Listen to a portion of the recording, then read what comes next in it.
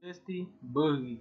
Justin Burg ou Justin Burg nasceu em 28 de fevereiro de 1555 na cidade de Liechtenstein e morreu em 31 de janeiro de 1682 em Kassel.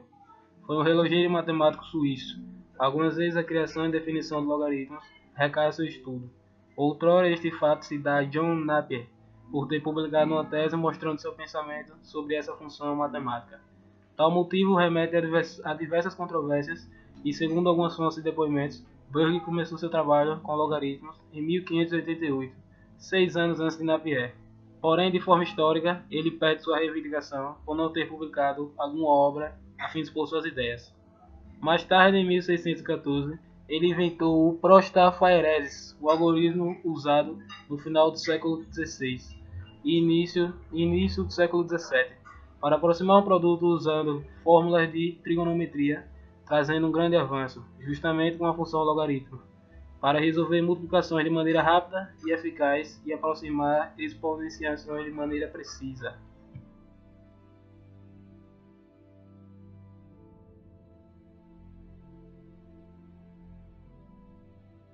Híparco, em grego Hipparcos, nasceu em Nicéia. Foi astrônomo, construtor, cartógrafo e matemático grego da escola de Alexandria, hoje Izmir, na Turquia. Todas as informações sobre a sua vida e obra são originadas das obras de terceiro, como Ptolomeu e Estrabão. Nasceu em 190 a.C. e morreu em 120 a.C. Na obra que Cláudio Ptolomeu desenvolveu com base na reunião do conhecimento enciclopédico da época, o Almagesto aparece numerosas referências de Híparco, pois foi reconstituído parte do seu pensamento das suas descobertas. Hoje, Híparco é considerado o fundador da astronomia científica e é também chamado de o pai da trigonometria, pois na segunda metade do século II a.C. foi o pioneiro na elaboração de uma tabela geométrica, isto é, uma tábua de corda com valores dos seus arcos e triângulos. Estes cálculos teriam sido usados nos seus estudos em astronomia. Usando os conhecimentos dos babilônios, introduziu na Grécia a divisão da circunferência em 360 graus. Fez melhoramentos em algumas constantes astronômicas importantes, tais como a duração do dia e do ano. Com essas medidas de tempo reajustadas, Hipparco pôde efetuar previsões de eclipses de Sol e da Lua, com um grau de precisão jamais obtido anteriormente. No entanto, foi detectado mais tarde uma margem de erro de 6 minutos no seu cálculo. Foi este matemático que criou o primeiro astrolábio, destinado a medir a distância de qualquer astro em relação ao horizonte, e concebeu o sistema de localização pelo cálculo de longitude e latitude, dividindo o mundo em zonas climáticas. E parcou através de um aparelho que seria o precursor do teodolito moderno, confirmou que a distância das estrelas não era fixa na esfera celeste. É a esfera de raio infinitivo centrada na Terra. A partir dessas observações, deduziu que o plano que contém a órbita da Terra deveria ter sido deslocado em sentido horário.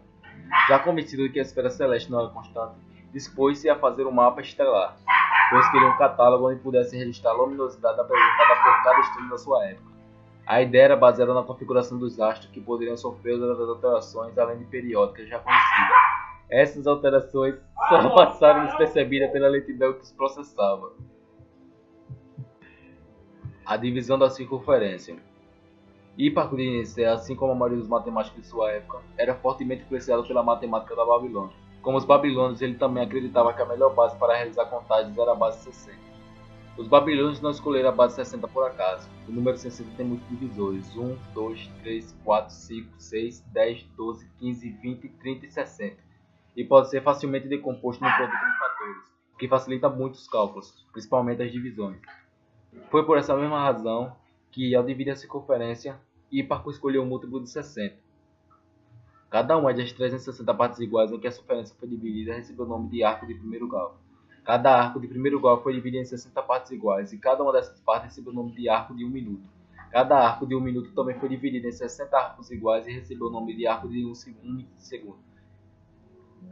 A distância da Terra e Lua. Hipparco concebeu um método simples e engenhoso para determinar a distância da Terra à Lua. O método baseia-se nas posições relativas do Sol, Terra e Lua durante o eclipse lunar, isto é, quando a Terra fica exatamente entre o Sol e a Lua. Para medir a distância da Terra à Lua, Hipparco nem precisou de utilizar o diâmetro da Terra. Imaginou dois triângulos retângulos, cujas hipotenusa ligaria o centro da Terra às bordas do disco solar e lunar por ocasião de um eclipse da Lua. Hipparco considerou que a duração de um eclipse lunar era equivalente a 2 vezes o ângulo D, ou seja, 2 vezes D igual a T1. O período orbital da Lua, isto é, o tempo em que ela gasta para completar uma volta inteira de 360 graus em torno da Terra, já era conhecido. Então estabeleceu uma segunda equação, T2 igual a 360 graus. E através de uma regra de 3 simples, determinou a relação entre as duas equações, uma vez que a única variável desconhecida era D. Posteriormente, através do seguinte esquema, que era Sol, Terra e Lua.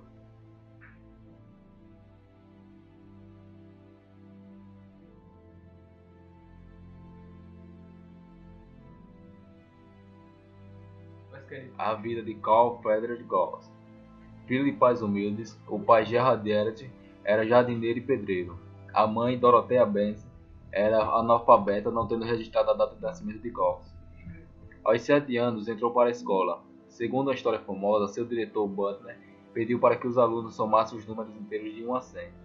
Mal havia enunciado o problema e o jovem Gauss colocou sua lousa sobre a mesa dizendo: Leite, sua resposta, 5050. Foi encontrado através do raciocínio que demonstra a fórmula de soma de uma progressão aritmética. Butler reconheceu a genialidade do menino, de 10 anos, passou a incentivá-lo nos estudos, junto com o jovem assistente Johann Christian Martin Bartels.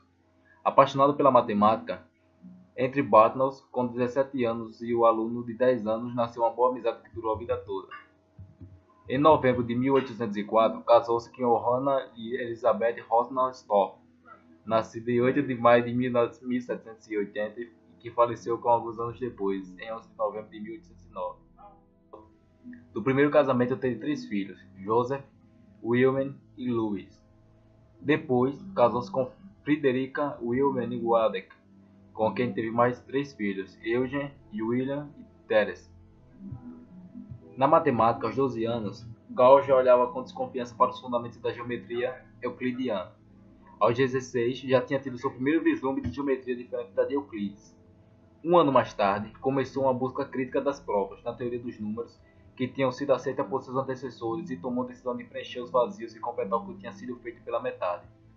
A aritmética, o campo de seus primeiros triunfos, tornou-se seu estudo favorito e o campo de sua obra-prima. Para que a prova fosse certa, Gauss acrescentou uma fecunda e engenhosa matemática que nunca foi superada. Na astronomia, o segundo grande estágio da carreira de Gauss começou no primeiro dia do século XIX. Também um grande marco da filosofia e astronomia, quando Giuseppe Piazzi, que nasceu em 1746 e morreu em 1826, de Palermo, no dia da abertura do século XIX, reconheceu que tinha sido inicialmente tomado por um pequeno cometa aproximando-se do Sol, como um novo planeta, mais tarde denominado de Ceres. O primeiro de fervilhante número de menores planetas hoje conhecidos. A descoberta deste novo planeta originou um sarcástico ataque aos astrônomos que presumiam a existência de um 8º planeta. Disse Egeu: poderiam eles dar uma atenção a alguma filosofia? Se o fizessem, reconheceriam imediatamente que só pode existir 7 planetas, nem mais nem menos. Sua busca, portanto, é uma estúpida perda de tempo. Gauss desprezava os filósofos que se ocupavam de assuntos científicos por não serem compreendidos, e levou a sério a existência de Ceres. Outras atividades que Gauss exerceu: até a sua última doença, ele encontrou completa satisfação na ciência como simples recreação. Tinha também grande interesse na literatura europeia, que lia nos originais, pois dominava muitas línguas. O estudo de línguas estrangeiras e novas ciências, inclusive botânica e mineralogia, era seu passatempo. Com a idade de 72 anos, ele começou um extensivo estudo de russo, sem a orientação de ninguém. Em 2 anos, ele estava mantendo correspondência com amigos cientistas de São Petersburgo, inteiramente russo. Na opinião dos russos que o visitavam em Göttingen, ele também falava perfeitamente. Ele também tentou o sânscrito, mas não gostou. Seus últimos dias foram cheios de honrarias, mas não da felicidade que ele teria merecido. Pela primeira vez em mais de 20 anos, ele deixou Göttingen no dia 16 de junho de 1854 para ver a estrada de ferro que estava sendo construída entre a cidade de Kassel. Gauss sempre tivera agudo interesse pela construção e operação da estrada de ferro. Agora ele veria uma sendo construída. No caminho, os cavalos dispararam. Ele foi atirado para fora da carruagem. Não ficou ferido, mas muito chocado. Recuperando-se, ainda teve o prazer de assistir à abertura das cerimônias quando a estrada de ferro chegou a Göttingen, em 31 de julho de 1854. No começo do ano seguinte surgiram os sintomas de gota. Inteiramente consciente, praticamente até o fim, morreu pacificamente na manhã de 23 de fevereiro de 1855. Foi sepultado no Albany Friedrich Country, na Alemanha.